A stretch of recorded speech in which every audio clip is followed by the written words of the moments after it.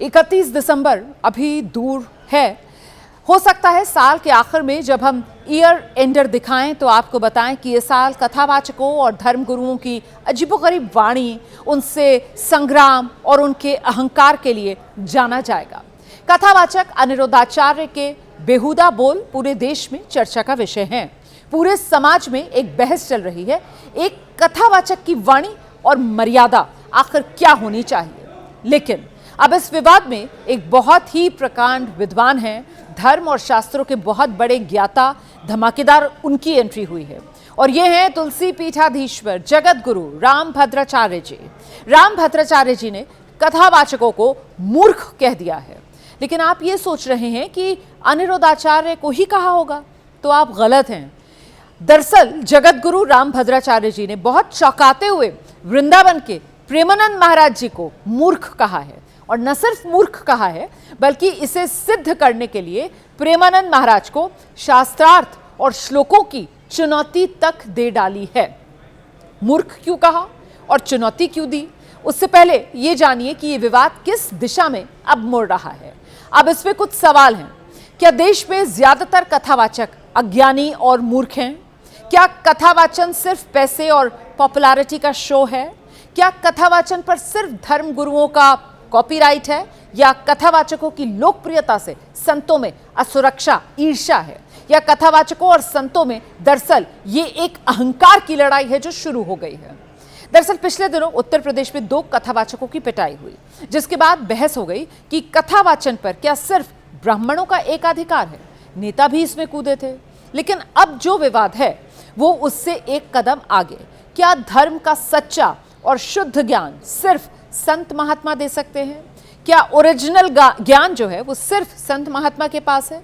अब सुनिए जरा, रामभद्राचार्य ने प्रेमानंद महाराज जी पर आखिर क्या कहा जिससे ये विवाद उठा है। रामभद्राचार्य जी की तरफ से कहा गया, पहले विद्वान लोग कथावाचन करते थे, आजकल मूर्ख भी धर्म का ज्ञान दे रहे हैं। प्रेमानंद बालक के समान है। मैं चैलेंज करता हूं, संस्कृत का एक अक्षर बोलकर दिखा दें प्रेमानंद। मैं चुनौती देता हूं, प्रेमानंद जी मेरे कहे संस्कृत के श्लोकों का अर्थ समझा दें। प्रेमानंद जी को लेकर द्वेष नहीं, लेकिन ना तो वो विद्वान है, ना ही चमत्कारी पुरुष। चमत्कार उसे कहते हैं जो शास्त्रीय चर्चा पर सहज हो, श्लोकों का अर्थ ठीक बता पाए। तो पहले विद्वान लोग ज्ञान देते थे, आजकल मूर्ख ज्ञान दे रहे हैं। रामभद्राचार्य के इन शब्दों को अगर लकीर मान लिया जाए तो मुरारी बापू, जया किशोरी, धीरेन्द्र शास्त्री, यहां तक कि कुमार विश्वास भी जो भागवत या राम कथाएं कर रहे हैं, वो सिर्फ शब्दों की जुगाली और कोरी लफ्फाजी है क्या? क्या इन सब का ज्ञान मिलावटी है? इनकी कथाएं क्या सिर्फ और सिर्फ पैसा कमाने का जरिया है? कथाएं मन का द्वंद मिटाती हैं। लेकिन देखिए, आज शाम की बहस में हमारे स्टूडियो में 2 खेमे बन गए। एक तरफ से रामभद्राचार्य वाले भिड़े और दूसरी तरफ से प्रेमानंद जी वाले। उनकी वो व्याख्या कर दे, मैं महामंडलेश्वर का पद छोड़ दूंगा। अगर वो व्याख्या नहीं कर सकते तो वो जगत गुरु पद का छोड़े।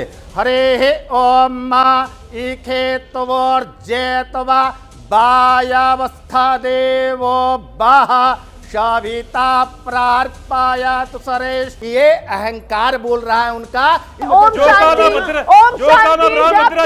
संत संत होता है, कथावाचक कथावाचक होता है। आप लोगों ने विदुर जी को कथावाचक माने, विदुर जी को संत मानेंगे नहीं मानेंगे भाई? आपको नहीं पता है, आपको नहीं। जब वाल्मीकि समाज को अपने गुरुकुल में पढ़ाने की आवश्यकता थी, बिठाने की आवश्यकता थी, इन्होंने हमें भगाया, इन्होंने हमें झाड़ू से मारा। कथावाचक क्या दलित कथावाचक कर सकते हैं? सुन लीजिए, मैं इनसे पूछ रहा हूँ, क्या दलित कथावाचक कर सकते हैं? आप फंस गए, आप फंस गए। तो देखा आपने, साफ तौर पर 2 खेमे बन गए। प्रेमानंद जी के समर्थकों का कहना है कि रामभद्राचार्य जी को ज्ञान बहुत है, लेकिन इसी ज्ञान का उन्हें अहंकार हो गया है।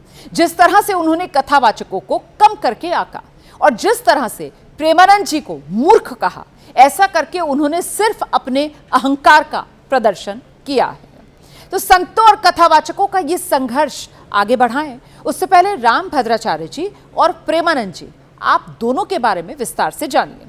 जगत गुरु राम भद्राचार्य जी तुलसी पीठ के पीठाधीश्वर हैं।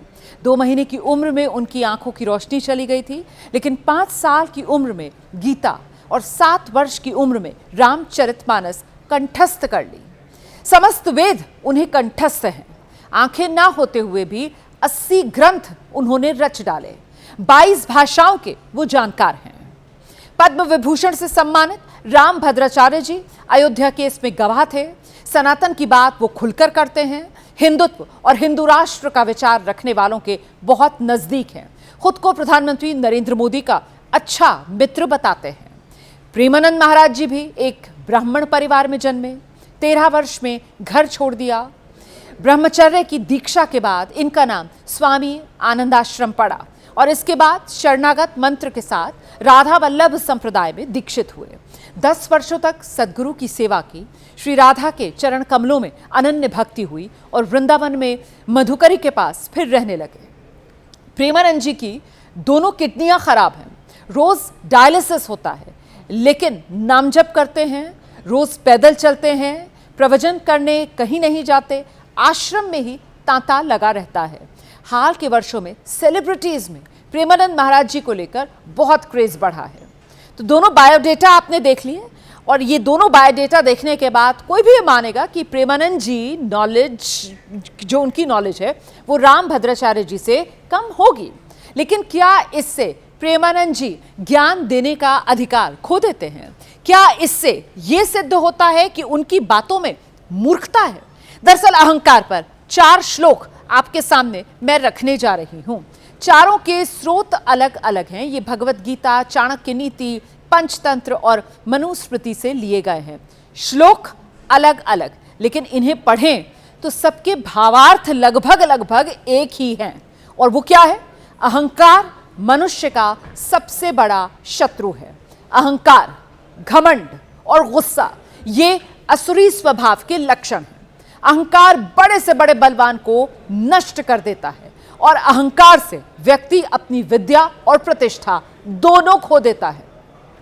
कथावाचकों पर विवाद अनिरुद्धाचार्य के लड़कियों के मुंह मारने जैसी शब्दावली से शुरू हुआ था। खुद प्रेमानंद जी ने भी लड़कियों को लेकर टिप्पणी की थी, लेकिन उनके शब्दों में वो हल्कापन नहीं था जो अनिरुद्धाचार्य की भाषा में था। लेकिन राम भद्राचार्य जी की टिप्पणी के बाद अब ये साफ दिख रहा है कि संत और कथावाचक ये बन गए हैं 2 अलग अलग खेमे।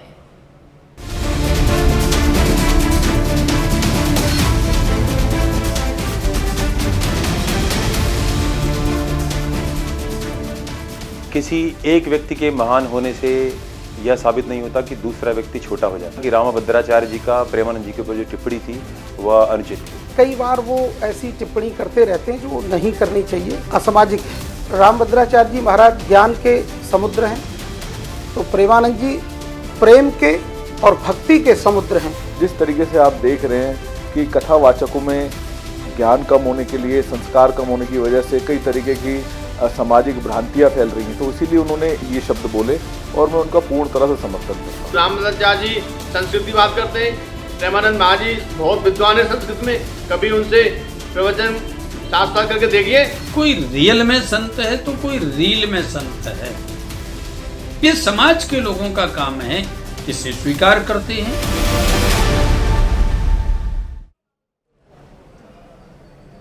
अच्छा, वैसे एक सवाल और है, और वो ये कि जब प्रेमानंद महाराज जी ने खुद को चमत्कारी कहा ही नहीं, तो फिर राम भद्राचार्य जी ने उन पर हमला क्यों किया? उनके धर्म और शास्त्र ज्ञान को चुनौती क्यों दी? प्रेमानंद जी तो कथा भी नहीं करते हैं, तो उन्हें कथावाचकों से भी आखिर क्यों जोड़ा? कुछ दिन पहले हरियाणा के मंत्री अनिल विज ने कहा था कि कथावाचकों की कोई क्रेडिबिलिटी नहीं है, असली ज्ञान संत महात्माओं के पास होता है, उन्हें ही सुनना चाहिए। लेकिन अब ये बात जगत गुरु राम भद्राचार्य जी ने कही है। क्या ये माना जाए कि देश में संत महात्माओं और कथावाचकों के बीच कोई वर्चस्व की सी लड़ाई शुरू हो गई है और इसकी जड़ में पूछ परख, प्रसिद्धि के साथ साथ पैसा भी है? दरअसल भारत में जो धर्म गुरु हैं उनका देश हमारा देश भारत है। धर्म और धार्मिक ज्ञान पर इतना इन्वेस्टमेंट दुनिया में शायद ही कहीं होता हो। भारत में धर्म का अर्थशास्त्र 2024 की अगर बात करूं तो 5.40 लाख करोड़ का था। इसमें हर साल 7.6% 7.6% की बढ़ोतरी हो रही है, जिसके बाद 2033 तक का एक आंकड़ा यह है कि धार्मिक अर्थव्यवस्था जो है वो देश की वो 11.20 लाख करोड़ रुपए तक पहुंच जाएगी। ये एक अनुमान है। देश में एक बार नेताओं की सभाओं में कुर्सियां भले ही खाली रह जाएं, लेकिन कथावाचकों का पंडाल आपको कभी खाली नहीं दिखेगा। कोई पर्चियां निकाल रहा है, कोई रुद्राक्ष दे रहा है, कहीं भगदड़ मच जाती है, लेकिन बावजूद इस सबके भीड़ है कि कम होने का नाम नहीं लेती। तो क्या सनातन परंपरा और अखाड़ों की परंपरा से जुड़े संतों को वाकई ये लगता है कि उनका क्रेज कम हो रहा है? क्या वाकई कथावाचकों को मूर्ख कहने में एक ये टीस भी संत महात्माओं की है?